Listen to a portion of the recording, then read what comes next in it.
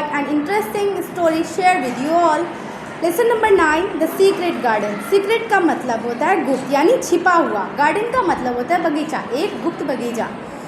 इस कहानी को शुरू करने से पहले हम इसके इंट्रो को पढ़ लेते हैं।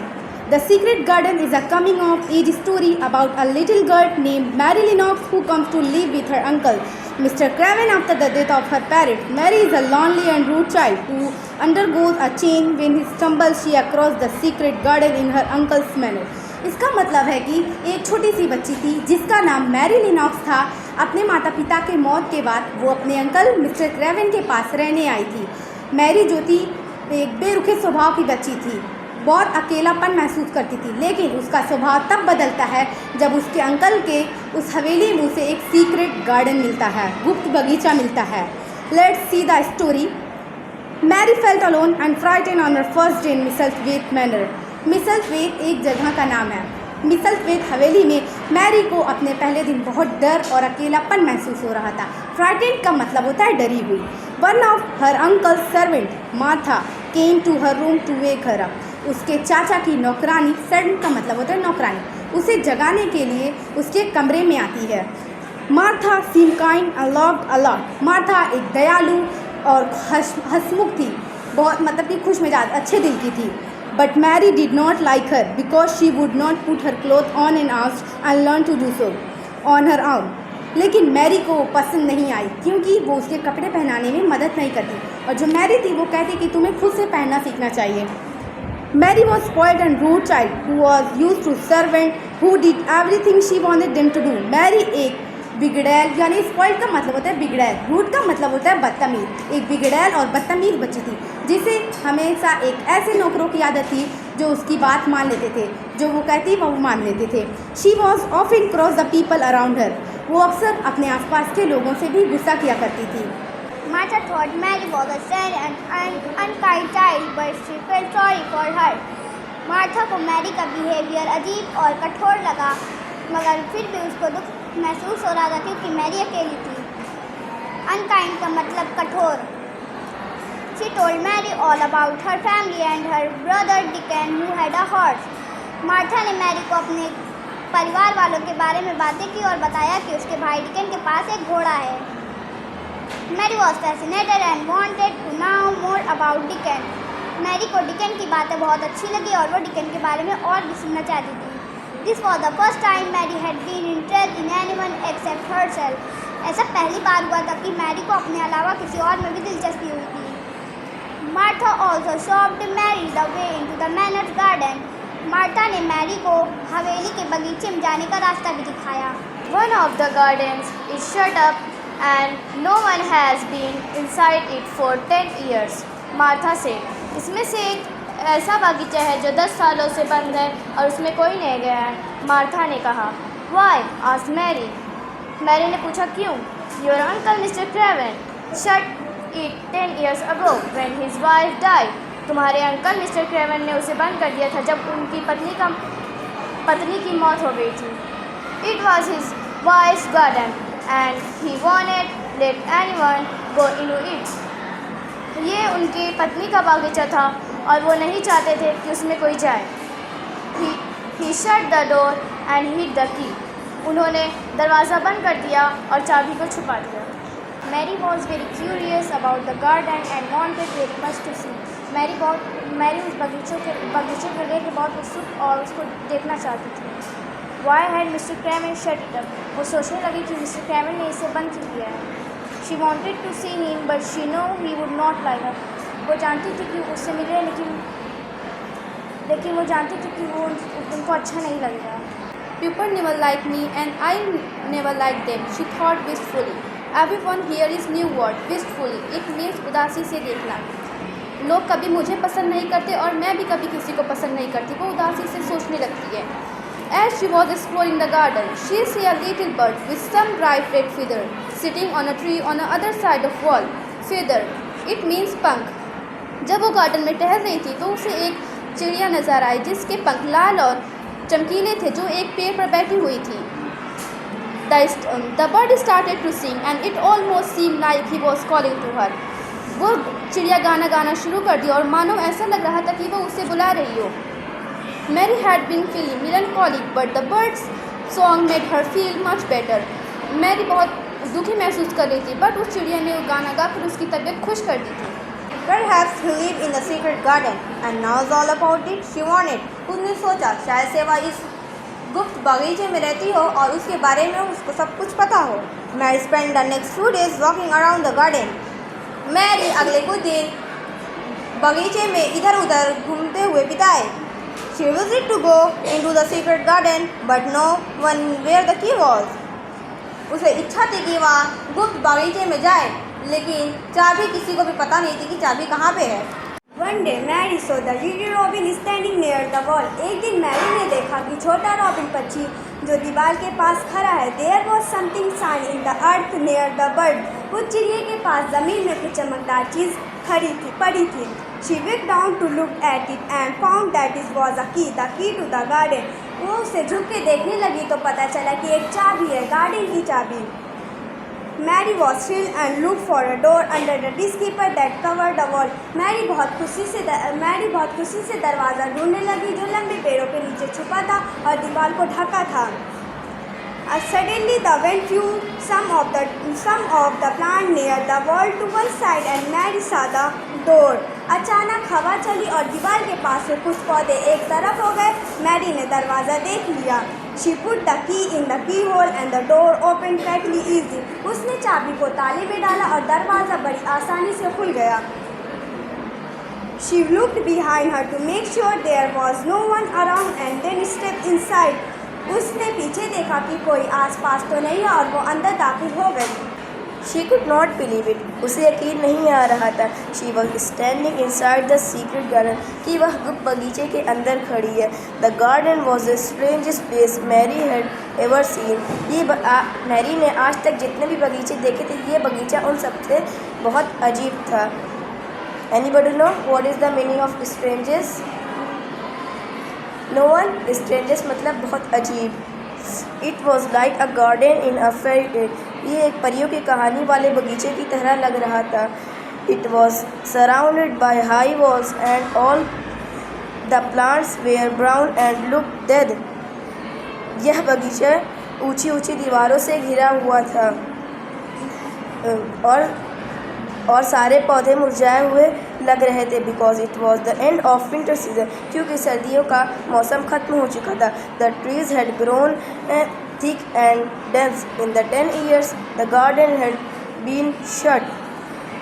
वहाँ के पेड़ बहुत मोटे मोटे और घने हो गए थे क्योंकि बगीचा 10 सालों से बंद था. The place looked rather decrepit. और ये जगह बहुत टूटी फूटी लग रही थी. How quiet it is, she whispered. ये कितनी शांत है, उसने फुसफुसाया. Even the robin who was sitting on a tree did not move. यहाँ तक कि पेड़ पे बैठा छोटा रॉबिन पक्षी भी नहीं हिल रहा था. She walked around the garden with the robin. जब वो रॉबिन के साथ बागीचे में चारों ओर घूम रही थी. Walked around की मीनिंग होती है चारों ओर घूमी. वो रॉबिन के साथ बागीचे में चारों ओर घूम रही थी. Who wanted to show her everything. जो उसे सब कुछ दिखाना चाहता था. It was so quiet that she felt as if she was far away from the manor, but strangely, वो जगह इतनी शांत थी कि उसे लग रहा था वो हवेली से बहुत दूर है. She did not feel alone. लेकिन एक अजीब बात तो ये थी, अब उसे अकेलापन नहीं महसूस हो रहा था. She had found a little world of her own. उसे ऐसा लग रहा था जैसे उसे अपनी एक छोटी सी दुनिया मिल गई हो. As she walked around the garden, और जब वो बगीचे में घूम रही थी, she noticed tiny bits of green poking above the earth. उसने देखा कि ज़मीन में से छोटी छोटी हरी हरी कोपलें बाहर झाँक रही थी. पोकिंग की मीनिंग होती है झाँकना. They must be spring flowers. ये ज़रूर बाहर के फूल होंगे. उसने सोचा. The garden is not dead. She thought. बगीचा मरा नहीं है. उसने सोचा. Thought मतलब होता है सोचना. Mary was so happy to have found the garden that day that she ate more than she had ever eaten. Mary बगीचा मिलने पर इतना खुश थी कि उसने हर दिन से ज़्यादा खाना खाया. To Martha's surprise, जिसे मार्था देख के हैरान हो गई. After that wonderful day, उस शानदार दिन के बाद Mary came to the garden every day and worked about pulling and cutting and cleaning every inch of it. और वो हर रोज़ बगीचे में आने लगी और काम करती थी, पेड़ों को काटती थी, खींचती थी और हर कोने को साफ करती थी। She did not know anything about gardening, उसे बागवानी के बारे में पता नहीं था। But she asked Martha if she could have some tools to help her in garden. लेकिन उसने मार्था से पूछा क्या उसे बगीचे में काम करने के लिए और कुछ औजार मिल सकते हैं। Mary made sure not to tell Martha about her secret heaven. लेकिन मैरी ने ये ध्यान रखा कि मार्था को उसके गुप्त बगीचे के बारे में ना पता चले। Martha asked her brother Dickon to get Mary her tools. Martha ने अपने भाई डिकन से मैरी के लिए औजार लाने को कहा। And that is how Mary met Dickon. और इस तरह मैरी डिकन से मिली। He was a kind and friendly 12-year-old boy. वो 12 साल का एक मिलनसार और दयालु लड़का था। Who could talk to birds and animals, जो जानवरों और पक्षियों से बात कर सकता था। He laughed a great deal and spoke to Mary as he knew her well. वो बहुत हंसता था और मैरी से इस तरीके से बात करता था जैसे वो उसे पहले से जानता हो। And as if he liked her too, और वो उसे पसंद भी करता है। He told her all about his animal friends and also offered to help her in her garden. Deacon ने मैरी को अपने जानवर दोस्तों के बारे में बताया और उसे बगीचे में मदद भी की। Mary liked him so much that she showed him her garden and made him promise to keep it a secret. Mary को वह इतना पसंद आया कि उसने उसे बगीचे के बारे में बता दिया और उससे वादा लिया कि वो उसे राज ही रखेगा। She took him around and he looked at all the trees and plants. Mary ने उसे बगीचे के चारों ओर घुमाया और उसने सारे पेड़ पौधों को देखा। He told her that if they worked hard, they could even save the rose trees which looked dead and on the outside but had little green part on the inside. उसने मैरी से कहा कि वो अगर मेहनत करे तो वो उस गुलाब के पेड़ को बचा सकते हैं जो बाहर से मरे हुए लगते हैं और अंदर से उनमें थोड़ी सी हरियाली बाकी है। Both Mary and Dickon spent most of that spring in the garden. Mary और डिकन दोनों ने इस बहार को ज़्यादातर बगीचे में बिताया। यहाँ पे एक डिफ़िकल्ट वर्ड है, वो है स्पेंड। स्पेंड का मतलब होता है खर्च करना, लेकिन यहाँ पे इसका मतलब है बिताना। Planting seed and working away with the little robin giving them company. वह बीज बोते और काम करते रहते और छोटा रॉबिन पक्षी उनका साथ देता। On a bright and sunny day, they looked around the garden and saw that bits of green had turned into flowers and roses had come alive. एक दिन जब धूप खिली हुई थी और मौसम बिल्कुल साफ था, उन्होंने बगीचे में चारों ओर देखा और पाया कि फूल की हरी कोपलें अब फूल में बदल गई हैं और गुलाब फिर से खिल उठे हैं। Here a difficult word that is bits of green. Bits of green का मतलब होता है हरी कोपलें। Even the plant which grew on wall had become green. यहाँ तक कि जो पौधे दीवार पर उगने वाले थे वो भी हरे भरे हो गए थे। Later in the summer there would be flowers on new plant too. कुछ समय बाद गर्मियों में नए पौधों पर भी फूल खिल उठेंगे। The garden was beautiful and blooming. बगीचा अब सुंदर और खिला खिला था। Here a new word that is blooming. Blooming का मतलब होता है खिला खिला। Everything is alive again, said Mary. सब कुछ फिर से जिंदा हो गया था। मैरी ने कहा alive मतलब जिंदा। Even after working so hard, she did not feel thrilled at all. इतनी मेहनत करने के बाद भी उसे ज़रा भी थकान महसूस नहीं हो रही थी। The garden and the smell of the fresh earth had made her strong. बगीचे और मिट्टी की ताज़ा खुशबू ने उसे और मजबूत बना दिए थे। The girl who had come to live in her uncle's manor was a whole new person now. वो छोटी चिड़चिड़ी लड़की जो अपने चाचा के महल में रहने के लिए आई थी अब बिल्कुल ही बदल चुकी थी। Mary had become healthier and happier after spending most of her time in the garden. बागीचे में ज़्यादातर समय बिताने के बाद मैरी अब ज़्यादा तंदुरुस्त और खुश रहने लगी थी।